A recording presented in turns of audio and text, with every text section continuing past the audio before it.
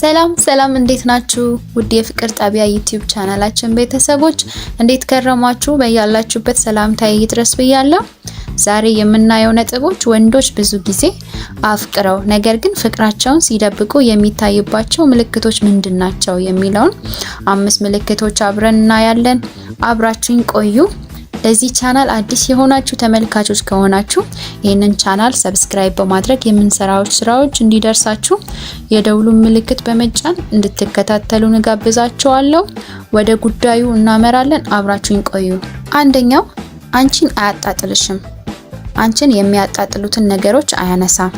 ምንም አይነት ሀሳብ ስትሰጪ ሀሳቦችን እውን ለማድረግ ትክክል መሆናቸውን ለማሳየት ካንቺ ጎን ከሀሳቦችሽ ጎን የሚቆም ባህሪ ያላቸው ማለት ነው። የሚያፈቅሩሽ ወንዶች ደግሞ ፍቅራቸውን ያልገለጹልሽ ወንዶች ብዙ ጊዜ ሀሳቦችሽን አያጣጥሉም፣ አንቺን አያጣጥሉሽም።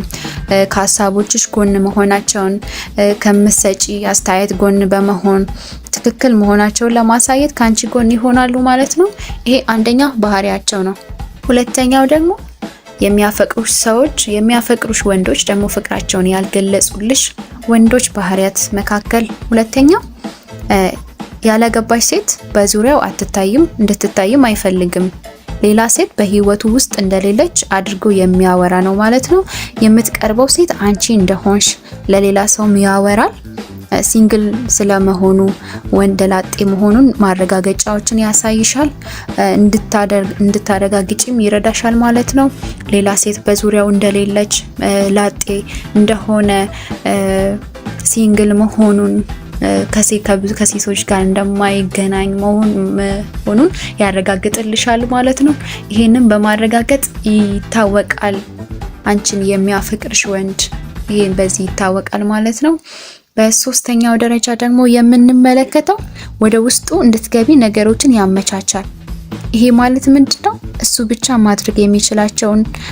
ብቻ ማድረግ የማይችላቸውን ነገሮች እንዳሉ በማሳየትና በእነዚያ ነገር እንድታግዢው እንድትሳተፊና እንድትኖሪበት የሚፈልጋቸውን ሀሳቦች፣ ድርጊቶች ሲፈጥር ይታያል ማለት ነው። ይታይሻል።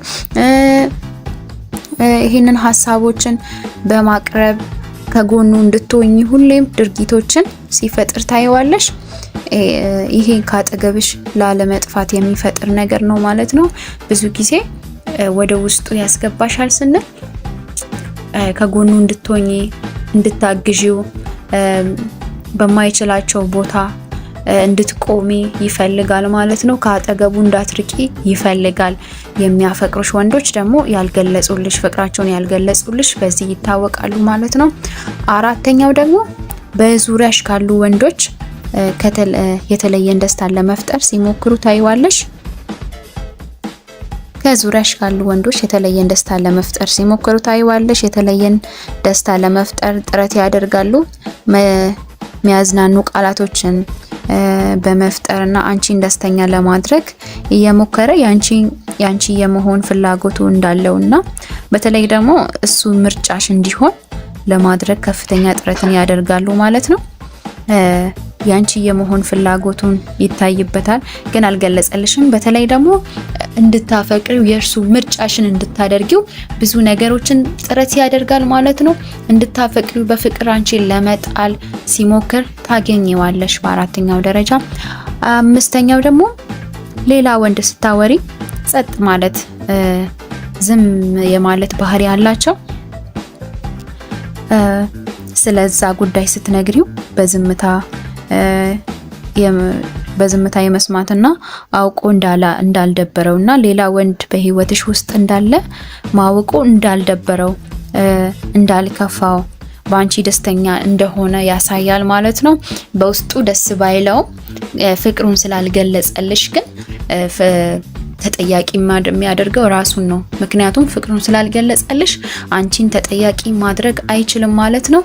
በራሱ ላይ ነው እርምጃ የሚወስደው። በውስጡ ቢቃጠልም በውስጡ ቢናደድም ግን በአንቺ ፊት ደስተኛ እንደሆነ በሀሳብሽ እንደተስማማ ያሳያል ማለት ነው። እነዚህን 5ቶችን ዛሬ ተመልክተናል። ለዛሬ ያዘጋጀሁት ይሄንን ነው። በሌላ ቪዲዮ እስከምንገናኝ ደህና ሁኑ።